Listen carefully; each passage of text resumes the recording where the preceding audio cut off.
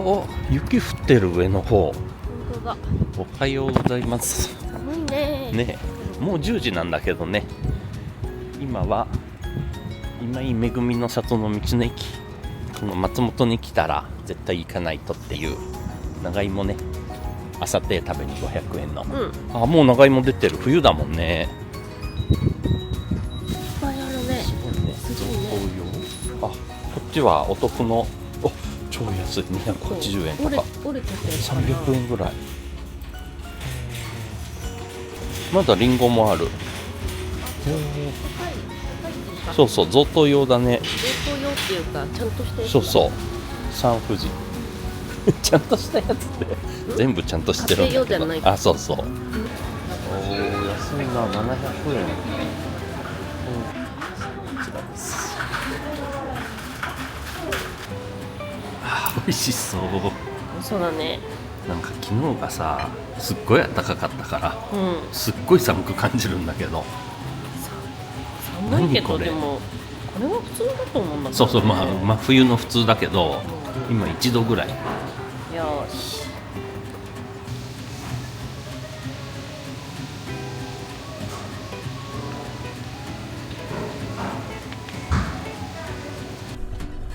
やっぱり今日は天気が悪いです。悪いね。予報通り。うん。まあ仕方ないね。着きますよ。あ、コーヒー飲めるじゃん。あ、いいね。そういえば、うん。寒いからコーヒーいただこう。4度だって、すっごい寒いね。結構寒いね。ねなんだこれは、びっくりしちゃうね。うん。昨日だって夜で9度10度あったのに、そうそうそう。しかも諏訪湖の方でね、うん。もうちょっと標高高いところで、ここが一番来てるんじゃない、アウトドアショップとしては。うん。そうだね。そうそう、上高地行くついでとかさ、あっちの岐阜に抜ける時にとか絶対通るからね。うん。場所もいいし、場所もいいし、見やすいし。そう大きいんだよね。そしてね、あるから。そして何より2階がね、そうそうそう。アウトレットがあるからアウトレットがあるからほぼここでしか買ってないんじゃない。そうかもね。うん。いやー、今日もいい買い物できました。はい。2階のアウトレットだけどけどここはさ、メンバーになれるでしょ、うんうん、でメンバー1500円でメンバーになったら、常に 5% かの割引なんだけど、この10日間ぐらいはメンバー割引 15% だから、結構大きいよね。いや 15% って言ったら結構だよ。そうそう、パタゴニアとかアークテリクスとかも 15% だから、なかなか割引ないじゃん。そうそうそうそう、アークテリクスも割引対象だったのかな。ちょっともしかしたら対象外のものがあるかもしれないけど。さあ次はお昼ご飯食べに行きましょう。はい、今からね行こうとしてるお店はザ・ソースダイナーっていう、ダイナーだからちょっとアメリカっぽいお店だね。こうアメリカのダイナーあるじゃん、すごい人気店っぽいんだけど、もう松本城も近いし割と、あと小松パン屋さんとかさ、そこら辺の近く、あとアレンテジャーナとか、小松パン店みたいなところ。そうそうそう、牛乳パンのところ、いやしかしさ、今年は完全に雪不足だね。だって前多分これ美しが原でしょ、上の方は。そう雪がようやくそこでちょっとあるぐらいでさ、もう年の瀬だよ。3年ぐらい前の担当の時みたいな感じ。すげえすげえ、あずさが何台いるよこれ。2、4、6台も止まってるんだけど。すごいね、松本駅だ。すげえ。そんなことある？ここが基地なのか。冬はあんま出ないのかな。いやそんなことないよね。なんで6台も止まってるの？基地だから。そんなにあるんだね。それあるか。あるでしょ。へえ。よし行ってみますか。もうすぐそこの交差点ぐらい、もう駐車場からすぐのところです。ああ寒いね。寒いね。すっごい寒い。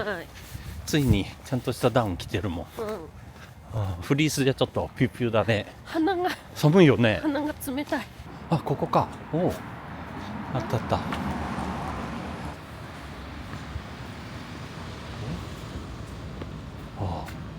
花の棚か。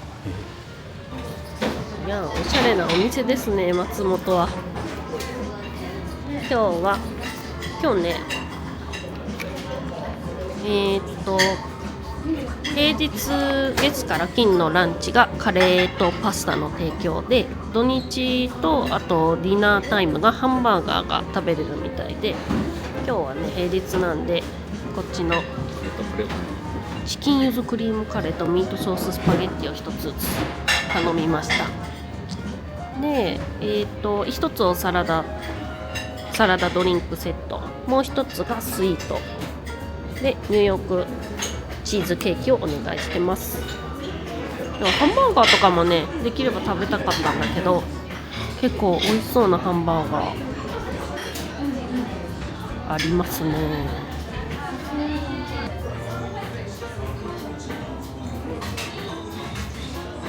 うわ、すごいな。美味しそう。ドリンクサラダセットのサラダがめっちゃくちゃうまそうだ。美味しそうだね。これな、つけてあるのかな。いただきます。うまい。うまそう。おいしい。これもおいしい。あ、うまいね。うん、いいね。いいね。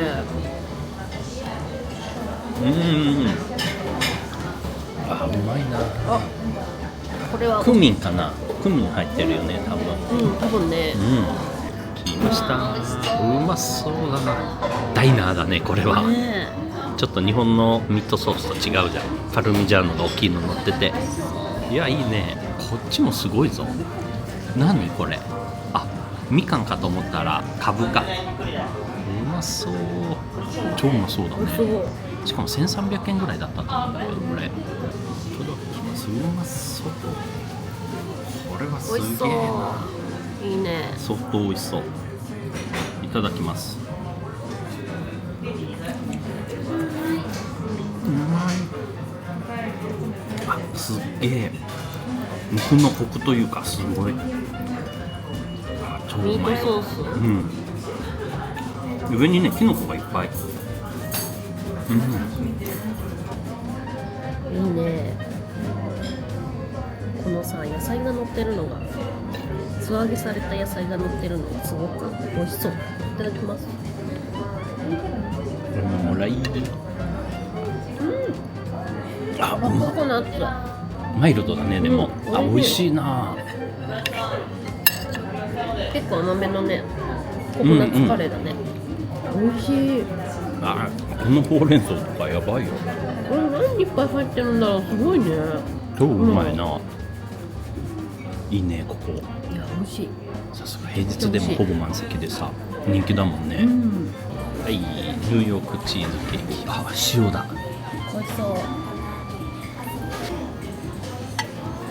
いただきます。美味しそうですね。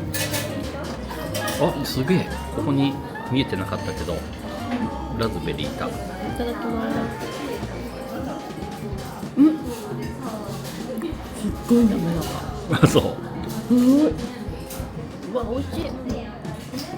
結構ね、濃厚だよ。うわー、美味しかったね。美味しかった。いいね。めちゃくちゃいいとこすっげえい見つけちゃっいところた。。そしてこれやばいぞ。イヤーエンドバッシュ。2000円で食べ放題。なくなり次第終了っていう。面白いね。いや、めちゃくちゃ美味しかったな。美味しかったね。夜も来たいし、ハンバーガーも食べたいしさ。そうそうそう。ね、あれで3600円でしょ。そう。安いよね。いいなと思って。ねえ。いやー、いいな、おすすめでおす。店の雰囲気もやっぱね、いいね。ちょっと本当に店員さんもすごい、そう、みんなそう優しいし、すごいでしょこの液晶。これ見て。今日はねちょっとこれも使いたくてふらふらドライブに来てるんだけど、ちょっとすっかり夜になっちゃいました。お、これ後ろ見えてるね。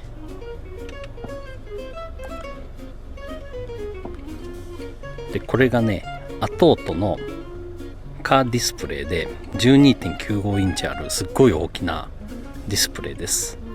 で Android 13が中に入ってる 12.95 インチのタブレットがここにインストールされてますよと、そういう感じです。すごい大きな画面なんだけど干渉はギリギリありません。でこれもちょっと上にも上げたり下にも下げたりもできるんで干渉をかわせました。よし、ではとりあえずイオン行きましょう。イオンまでナビします。 OK。 バックカメラも映しました。便利でしょ。便利だね。後からもバックカメラとかいっぱい出てるんだけど、カメラもこれもともとついてるやつをつないでるから画質は悪いけど、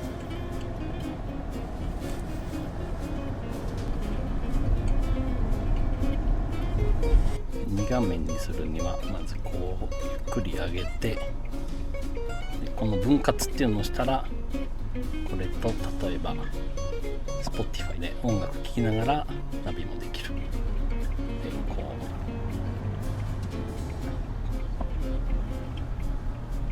う信号で右方向です。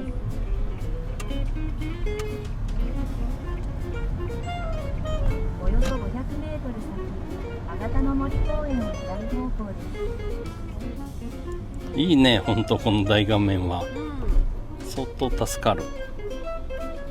ご飯の後夜になっちゃったんだけど、他のところに行ってて、それはまた他の動画で紹介をしてるかこれからするかなんで、時間が変なんだけど、これからイオンによってね用があるので、イオン寄ってから行こうかなと思います。でイオンでちょっといろいろ買い物したいんだ。H&M に行きたいから。そうここの H&M すごいからね。すごいすごいすっごい安いんだよね。そうまあ安いものはすっごい安い。割引がすごいから、それを探しに行ったり、ちょっとフラフラしたり、あとバーガーキングが入るっていう噂だからちょっとそれ見に行ったり。いやー、この後ろ見えるようになったのは相当助かるよ、あるとないで全然違うもんね。そうだよね。この車の上についてるからさ、だいぶ見やすい。あっちだよね H&M とか。お寒いね。超寒いね。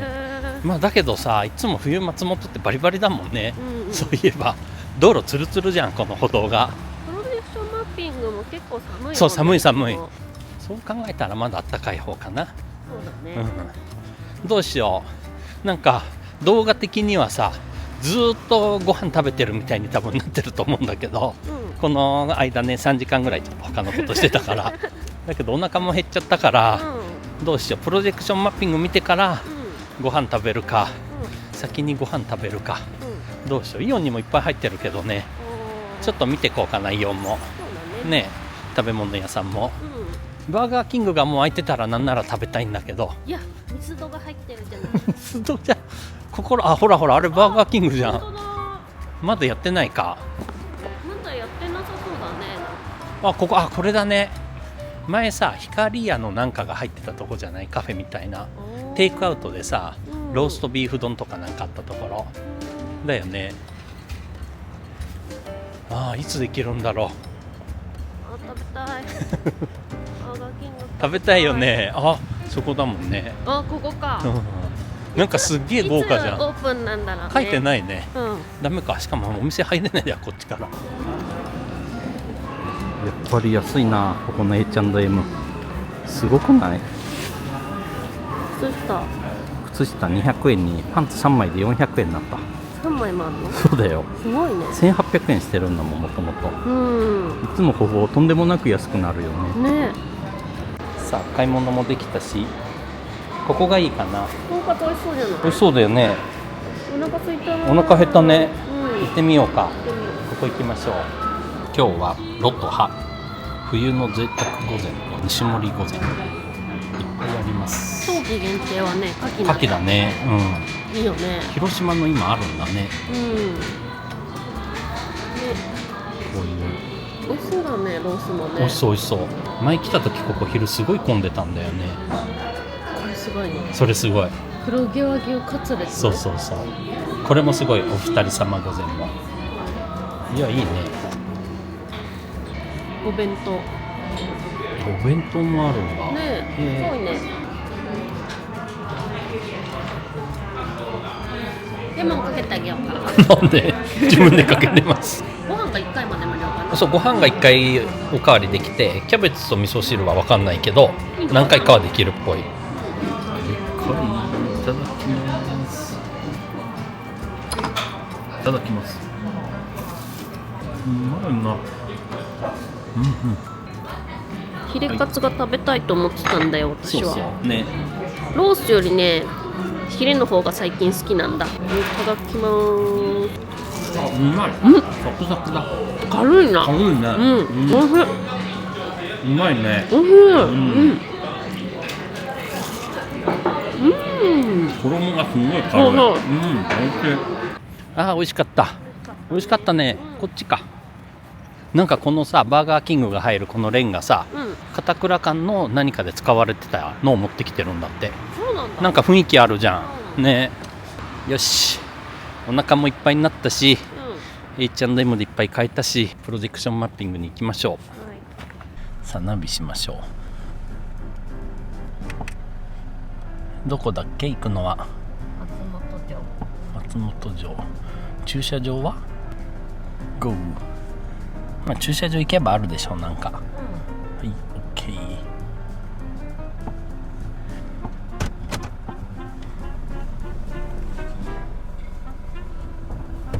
南に進みます。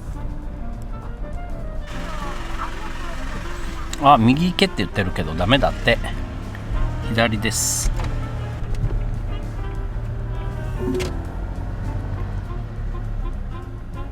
お、ここ左。信号で左方向です。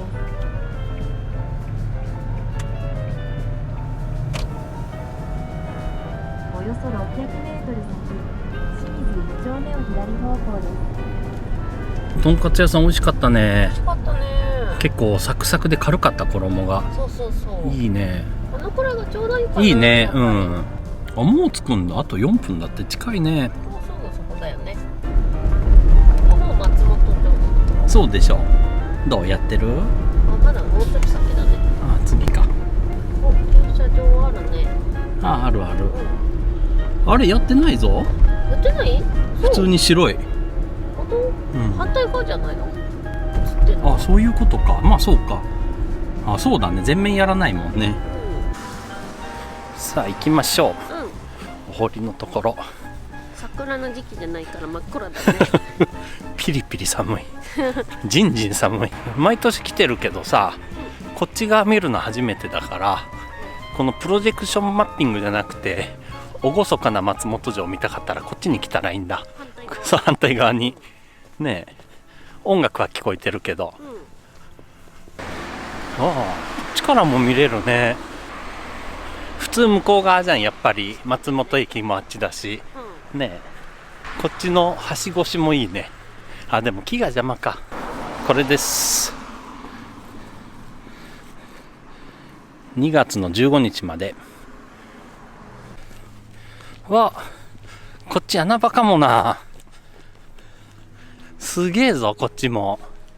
人が一人もいない。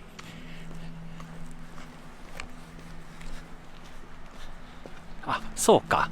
向こう面にも映ってるから全面見えてないんだ、こっちは。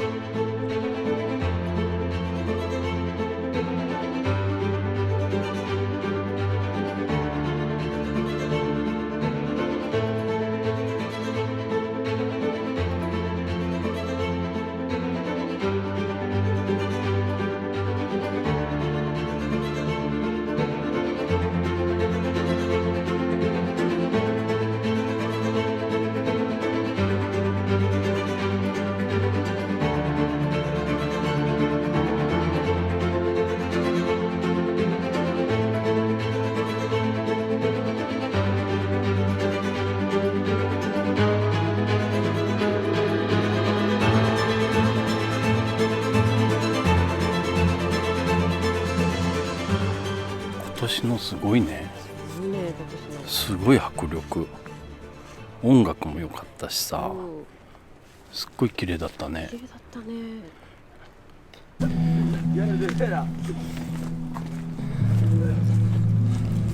うわあ、こっちもやってるじゃん。ここも。へえ。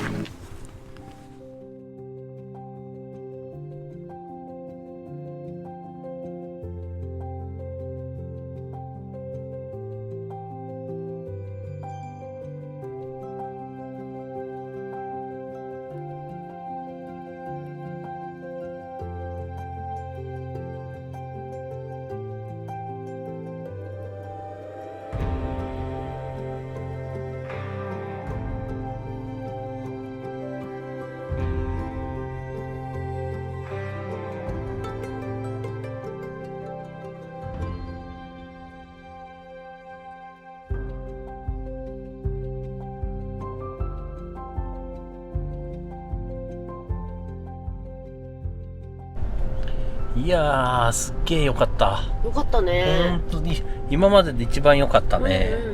でこれもねやっぱり3部作というか、まずは12月13から1月7までが今のシリーズで、であと2つ別の演目というかプロジェクションマッピングになるから、2月の何日かまでだったと思うんだけど、あと3回楽しめますね。いや毎年レベルアップのそのレベルの上がり方がさ、すごいよ。いやーいいね。すっごいよかった。ねこれを無料で見せてくれるっていうのがすごいし、なんかお城だけにとどまらずさ、下の水面と、それから横の壁とをうまく使ってさ、よりなんか迫力がある映像になってて、さあそしてこの大画面もいいでしょう、同じ映像関係ということでどうこれ弟の X10 相当いいよね。このハイエースにこの 12.95 インチがつくんだっていうのも驚きだし、でこれだけ大きいからさ、2画面にして半分をナビにしてさ、もう半分 YouTube とかね、まあ助手席の人は YouTube も見てても大丈夫でしょ、いろいろ見れるから TVer も見れるし、でもうちょっとね実際何ができるかとかっていうのをこの後ご紹介するのと、あと取り付けね、取り付けもすっごい簡単だった。あ、そうなんだ。配線キットをね一つ買っといたらもうカチッとネクターで刺して、あとはこう同じ色とか全部書いてあるから、それをちょこちょこ刺していくだけなのね。であとは取り付けのちょっとパネル外したりっていうのはあるんだけど、まあ車ちょっといじったりしたことある人だったら2時間もあればつけれると思う。でまあそれ以外にビデオとかいろんなのつけれるんだけど、あとはこれだったら車のタイヤの空気圧センサーとかね、そういうのがいろいろオプションで出てるんだけど、まあ、そういうのいろいろつけるってなったらもうちょっと時間はかかると思うけど、この画面映してこうモニターとして使うぐらいだったらもう本当にすごい簡単だから、であとはあれだね、車によっていろんなところの干渉がないかとか見ないとダメで、まあ、これだったらシフトノブに当たらないか見ないとダメで、で調整しろがね、左右とか左右上下前後、それからこうチルトとまあいろいろ調整するところがあるんだけど、そういう調整しろも結構広いから、このハイエースでもギリギリかわすような感じでつけれたし、この後機能の紹介とかあと取り付け動画をぜひご覧いただければと思います。はい、今日は以上です。今日は弟の X10 シリーズのご紹介です。松本でちょっと使ってみてかなり便利だね。この画面になるといろんなことができるし、でまあ基本画面見るのっていうのは助手席の人用なんで、運転席の人にはそんなに関係ない話なんだけど、これだけ大きな画面だったら助手席の人が YouTube 見ながらナビを見たり、あといろんな検索もできたりね。でもこれ自体が要はタブレットとか携帯とかパソコンみたいなものなので、通信さえできれば完結します。で通信方法は携帯のテザリングでもいいし、あとはこの本体自体に SIM が入るから SIM を契約して入れたらもうこれだけで単体で使うこともできます。まあそれ以外に家の Wi-Fi とかね、そういうのを使っていろいろ設定したりいろんなことしたりすることも可能です。この後に実際の取り付け動画とかはご紹介したいと思うのと、あと実際今日のドライブの中で使用している風景はご紹介したんで、ここで弟の X10 で何ができるかっていうのをもうちょっとご紹介したいと思います。でこれがねディスプレイオーディオって呼ばれるもので、 12.95 インチの大画面が車のスピーカーとかにつながってるようなイメージです。おー、だから音はもう全部車のスピーカーから出るからうんうん、すごいいい音でいろいろ聞けたり調べたり見たりできると。うんうん、ここの画面ももちろん触れるのね。こんな感じで触って動かすこともできるし、こうやったら大画面になるし、でこれを押したら戻ったりね。まあこの画面触っていろいろ触ることもできるんだけど、車動いてたりしたらさ、こう助手席の人でもボタンを押すの、こう細かいところを押すの難しかったりするじゃん。うんうん、っていう時にここに物理ボタンがあるの。うんここに物理ボタンがあるでしょ、それぞれ。うん、で、ここを押すと操作ができる。うん、これがまずすごいこのシリーズの中でもこのモデルはすごい使いやすいなと思って。うんうんうん、で、例えばここでこの画面に行ってたけどホームに戻りたい時はすぐここを押したらホームに戻ると。うん、で、何かナビとか音楽を大音量で聴いててもここのボタンをプチッと押したら音がゼロになる。ここがゼロになったでしょ。うんうん、でもう一回押したら戻るんだけど、で音を大きくしたいなとか小さくしたいなとかここでくるくる回せると。うんうん、でもちろんここでもこうやってできるんだけど、揺れてたらちょっと難しいじゃん、こんなになっちゃって。うんうん、確かに。でこうして握ってできると、すごいここ使い勝手がいいなと思います。でさっきも言ったようにこれ自体がもうタブレットとか携帯みたいなもんだから、もうこれで全て完結するんだけど、ここで Android Auto とか Apple CarPlay とかも使えるのね。うんうん、だから自分の携帯をここに投影してナビしたりすることもできるんだけど、うん、それをしちゃうと携帯がなんか自由に触れなくなるじゃん。ああ、確かに。ね、それが嫌だからうちはそれは使わずにもうこっちはこっち単体でもやろうかなと。うんうん、で移動中はテザリング、携帯からのテザリングでやればもう携帯2個持ってるようなもんだからさ、うんうん、こっちでナビしながらいろいろ調べたり、うん、そういうこともできるから、そういう使い方をしようかなと考えてます。はい、プレイストアもあったりさ、うんうん、で Android13 が内蔵されてるからもう自分でアプリもいろいろ追加できます。好きなのね。それは便利だね。そう、便利。で今入ってるのがこんな感じでいろいろ入ってるんだけど、うん、まあ、今うちだと TVer とか入れたりしたかな、うんうんうんうん、っていう感じ。まあ、うちがよく使うのはやっぱり TVer とか YouTube とあとマップだよね。うん、でマップのナビに関してはもう簡単で、もうここに出てるからこれでもいいよね。これ押すとほらこんな感じで、例えば松本城まで行きます。スタート。ナビ開始。到着時までに松本城は営業時間が終了して切ることもすぐできると、はい、こんな感じです。まあ、マップよく使うかなと。でそれからとやっぱ YouTube だよね。でも YouTube はね今さっき見てみたんだけど、でマップやりながらこういう風にフローティングというかこういう感じでもできて、うんうん、ここにこう大きくしたり小さくしたりもできるし、あとまあ2画面でもできるからちょっとそれは後でやってみます。こんな感じ。音もいいし画質もすっごい綺麗。うんうん、これはすごいぞ。相当楽しいね。ねえ、うん、いつも携帯で見るからこれの方がずっと綺麗。大きいしね、ねえ、液晶も。ナビしながら YouTube 見たいってなったら、うん、これをこう下からちょっと上にしてここで止めて、うん、分割でもう半分じゃあ YouTube にしますと。おー、こんな感じで、でこれで再生もできると。あ、すごいね。でしょ、うん、こんな感じで、ここは大きさ変えれます。こういう風に。おー、すごい便利。この右左ももちろん変えれる。うんうんうん、まあこれでもいいし、さっきのフローティングというかこうんうんう地図を全体の一部に移すっていうこともできると、うんうん、この右とか左とかうんうん、上とかにも置ける。大きさも変えれるし自由に、うんうんうん、っていうことも可能です。あとこれディスプレイオーディオっていうだけあって、オーディオもねかなり凝ってて、ここにねイコライザーボタンがあるんだけど、これね、多分この中にも入ってると思うんだけど、どれだろう。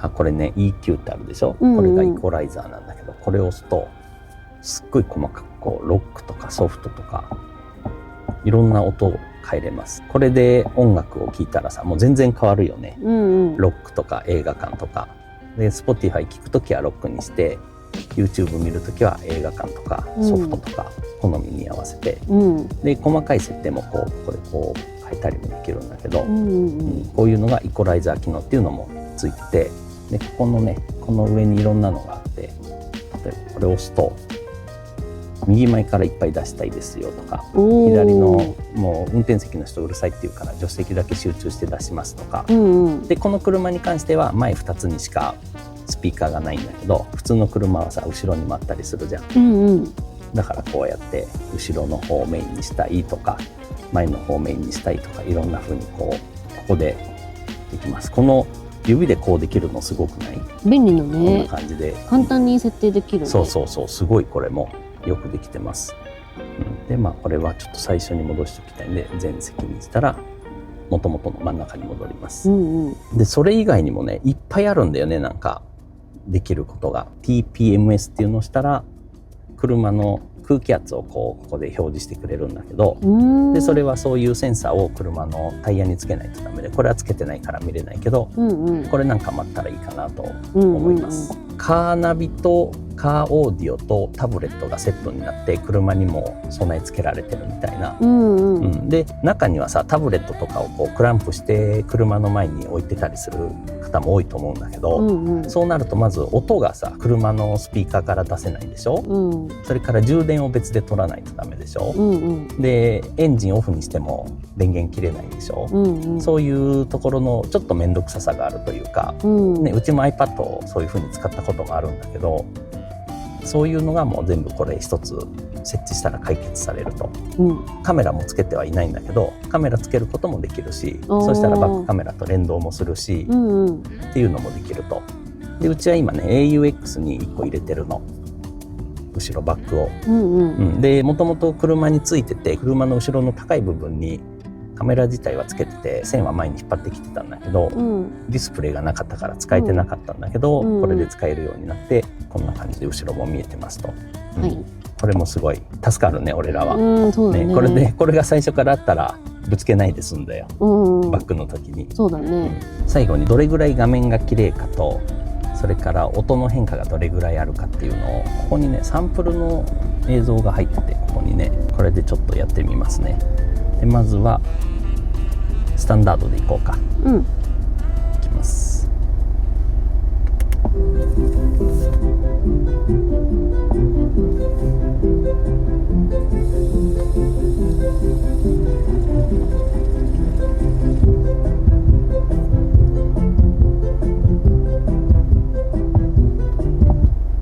これが例えばロックにすると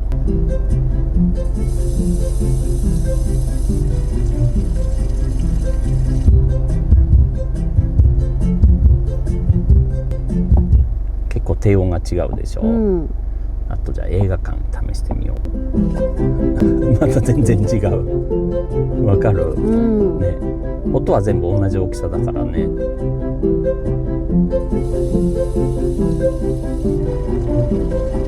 まだまだいろんなことができると思うんですけど、簡単な機能紹介になります。であとはこれに取り付ける時の動画も撮ったのでこの後ご紹介させていただきます。今日はこちらです。今乗ってるキャンピングカートム200のベースが200系ハイエースなんですけど、それの今日はここを交換しようと思います。オーディオレス社で買って、ここは空洞だったんですけど、この2000円ぐらいで純正オーディオをつけてて、音楽が聴けるようにしてたんですけど、ついにここにディスプレイをつけようと思います。助手席に乗ってる時に退屈にならないようになるんじゃないかと思って、で今回のディスプレイがすごい大きな液晶です。 12.95 インチだったかな。結構大きな画面になって、だからここがそんな12インチもないんで、ちょっとこう手前にせり出してディスプレイするような感じになると思うんですけど、早速つけていこうと思います。でもパネル外すのは簡単で、ここをパカッと外して、ここも力技ですね。バチバチ外すだけ。前もやってるんで、これは簡単です。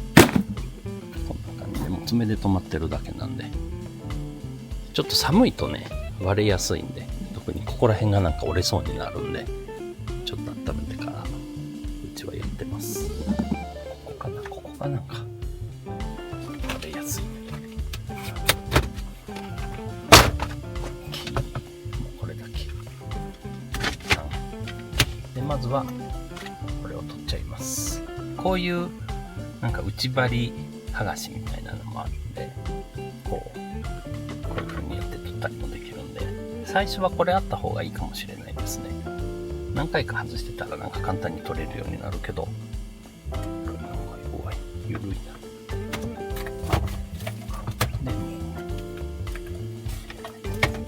で、この裏にコネクタが刺さってるんで、めっちゃこれで取れました。こっち置いとこう。で、元々のこういうカプラーはもともと来てるんで、これはまた使います。今日取り付ける製品がこちらです。アトトの X10 という製品ですね。で、モデル X10 っていうのも何個か種類が出てて、で、画面サイズもいろんな種類があります。で、今回使うのは 12.95 インチのディスプレイのモデルです。ここですね。X10G129PE っていうモデルになります。ちょっと全部一回出してみます。これですね。大きいなぁ。これ画面。うわ、すごいね、これは。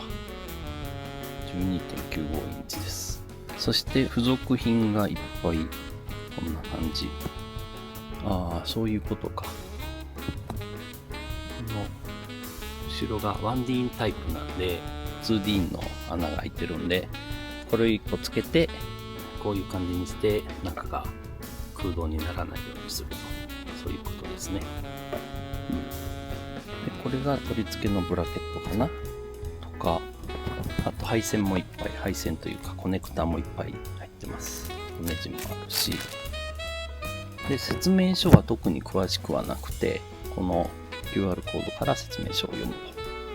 で、なんだこれ、SIM が入ってるじゃん。お試しの SIM が入ってます。で、一応取り付けはここに簡単に書いた感じで。シングルDIN、1D インの場合はここですよと。2D インの場合はこっちかな。ダブル入ってますね。はい、じゃあ早速これをつけていこうと思います。まあそんな難しくないと思う、これは。この取り付けの際なんですけど、まあ配線が必要になってくるんですけど、これでもカプラーでカチッと刺して、こっち側には全部細かく、リアの右のスピーカーとか、全部細かく書いてあるんですけど、まあこれを車のさっきのカプラーの、車から出てたカプラーのそれぞれの線と繋いでいってもいいんですけど、そんなんめんどくさいんで、もうこっちもこれを使うと。これは買ってきました。とりあえず、この2個だけ買っときました。オーディオ用のハーネスカプラーと、あとこっちの車速配線カプラーですね。それぞれ買っといたんで、多分これで大丈夫なはず。まあちょっとやってみます。さあ、では、早速取り付けていこうと思うんですけど、まずは、このブラケットが、ちゃんとカーナビが車につけれるかっていうところだと、干渉を見ていかないとダメなんで、まずはこれらを使ってやっていきます。このブラケットがこんな感じか。こんな感じでつけてもいいんだけど、まあいらないかな。多分、この、もともと車についてるこのブラケットでいけると思うんで、これでやってみます。できました。こんな感じで。いいね。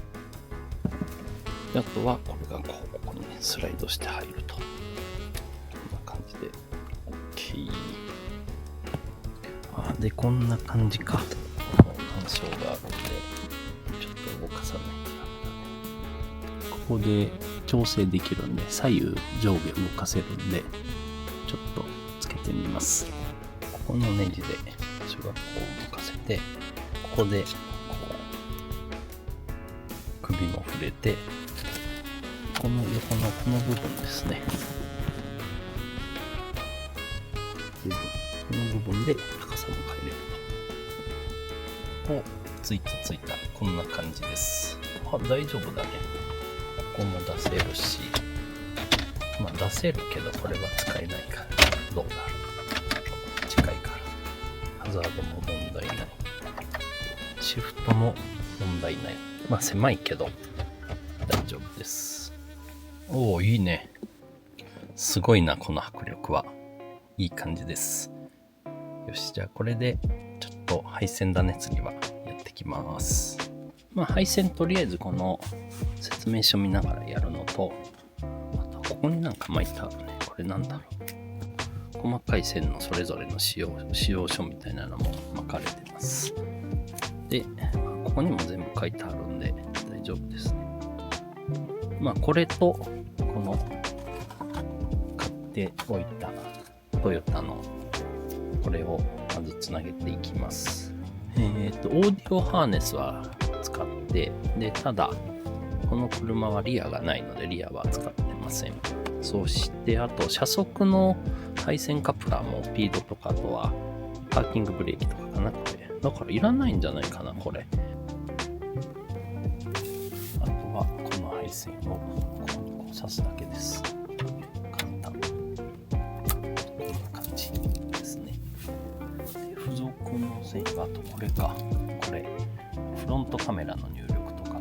これも、多分いらないと思う。あ、でもバックカメラ入れれるかな、これで。もしかしたら。まあ、刺すだけ刺しとこうか。こうでしょ？で、それから、これが、アンテナ、何のアンテナだろう。Wi-Fi アンテナ。Wi-Fi と 4G。あと GPS だって。へぇ。こんな感じ。実際は車の中、配線してから挿した方がいいけど、とりあえずいいでしょう。で、あと HDMI の入力もついてるんだ。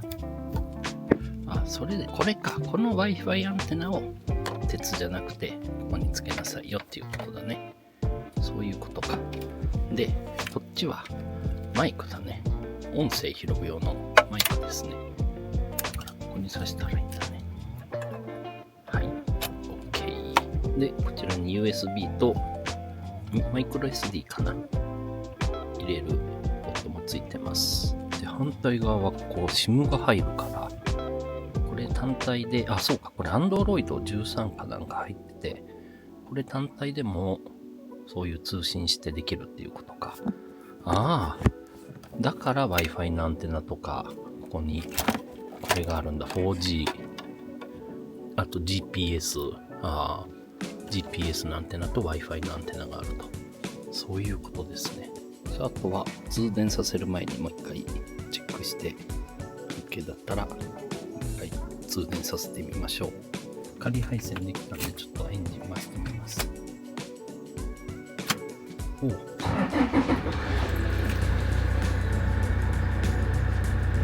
おー、これで、まあいいね。おー、いいね。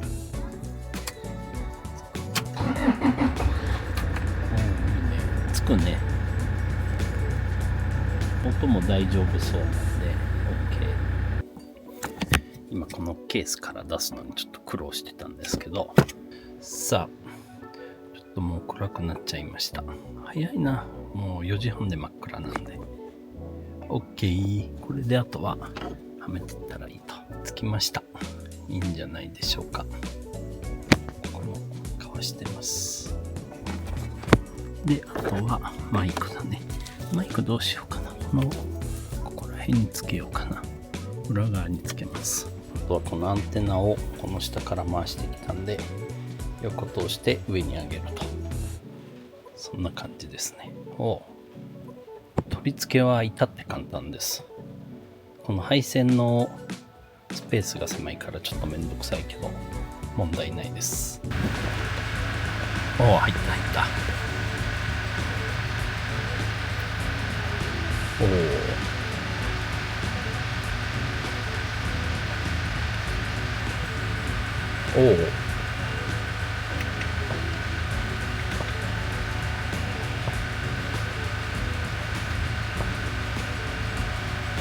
いいね。なるほど。こんな感じか。OK。じゃあマイクを、あとこのフィルムを取ったり、マイクをつけたりしてきます。